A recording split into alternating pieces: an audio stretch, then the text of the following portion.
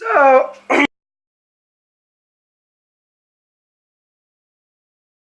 might be thinking, what the heck happened with the clips? Why was that just frozen? And it's because they got corrupted. So basically, that SD card was formatted by the GoPro, and sometimes when it's formatted by the GoPro, they don't actually work in the Sony camera. So that just means that it basically just records a few seconds and then freezes for the whole time. So there's a full 28 minutes of just that face. No audio, no nothing, it's just me making a face. Which is really weird. So it really sucks that I lost those clips, especially on something that was so important. I like this exhaust. Now you guys get to have my full impressions because it's been a while since I've had it. I've had it on for maybe a week now, roughly. And I love it, actually. To be coming from an exhaust gap to an actual exhaust, even if it's a really cheap eBay exhaust, one, it's actually a decent quality eBay exhaust. I've heard higher quality exhaust, and it is decent. Second, it's a marvel that I got to fit on an all-wheel drive. So one of the problems with the all-wheel drive is that the shaping underneath where the differential is different. It's not that the exhaust goes anywhere near the center differential, it's just that they bump the whole thing out just to kind of like push it even further away. Right now it's not a problem, but there is a rubber bumper underneath there that pushes that one exhaust tube down. And since it's adjustable, it actually makes it a lot easier because then I can actually fit it on.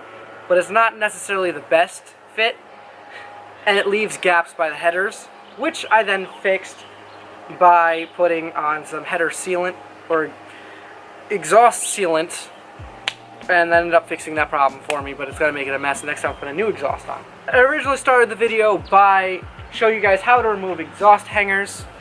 So one of the first things you're going to want to do is get some WD-40. It's really good at getting at these hangers and making sure they come off, like really fucking well. So you just literally get in here, look for the hanger, and just spray it as much as you can. Try and get both ends. There's usually 2 hangers in here, but I think the other one's not being used. Oh, no, it's on.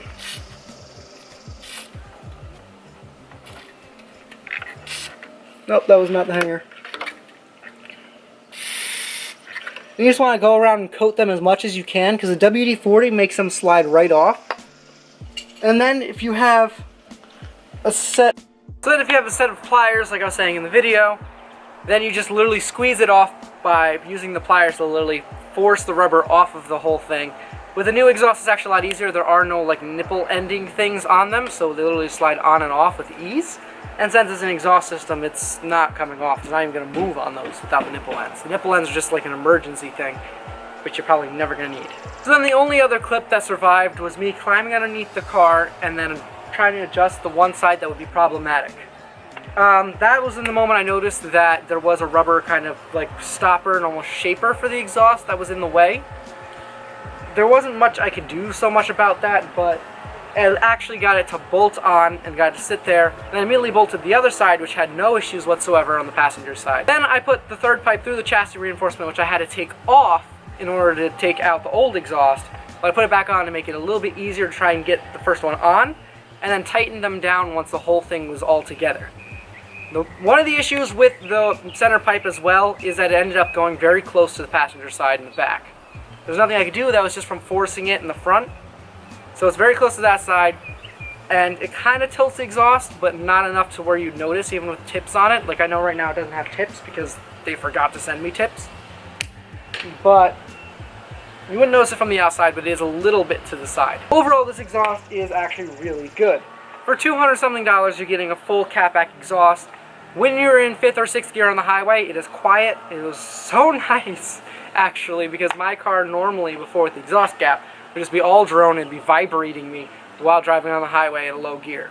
So I used to keep it in like 4th going 50 or 60, which is not really that great for the engine anyway, and overall it's just a mess. So now I'm really happy to have that, and I can actually listen to music without a drone in the background. When I put my foot down, it gets loud, and it gets a very nice loud. It's almost kind of GTR-ish, but with the stock motor's raspy. It's a very unique sound, and I'll play that for you right now.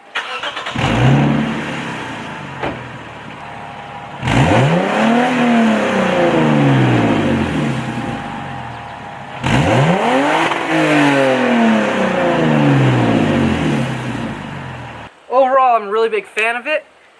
One thing I'm not a fan about is the exhaust is very hot coming out. And that's been detrimental to my rear bumper because my rear diffuser mounted right where the exhaust goes. And the problem with that is it melted the bumper and my diffuser on the driver's side is hanging off now, which is fun. I even tried bolting it in before this video and it came off again. I need to get exhaust tips so the heat's a little past it, so then it stops. I think it also might be shooting flames. I'm not too sure.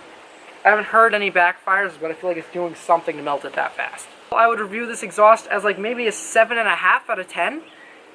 The sound is actually great, especially for an eBay exhaust. It could be in part because of this engine or just because it was actually engineered well. It gets rid of your secondary catalytic converters, which are not required in most states.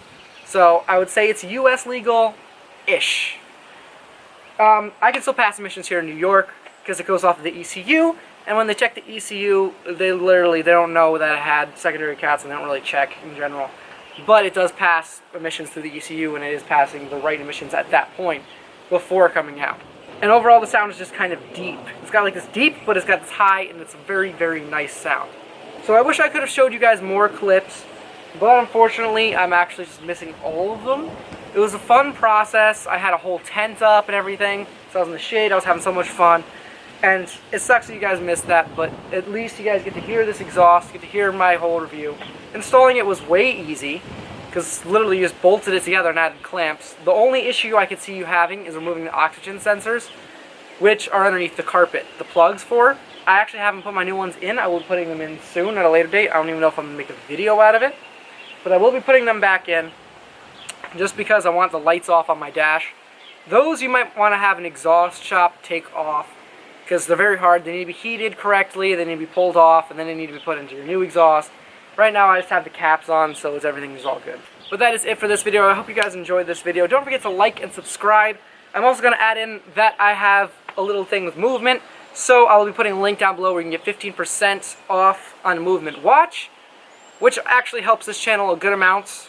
So if you want to help support the channel and you're looking for a new watch, links down below. That's it, guys. Hope you enjoyed this so fucking much. Peace out and be legendary. Baby, please have mercy on me. Take it.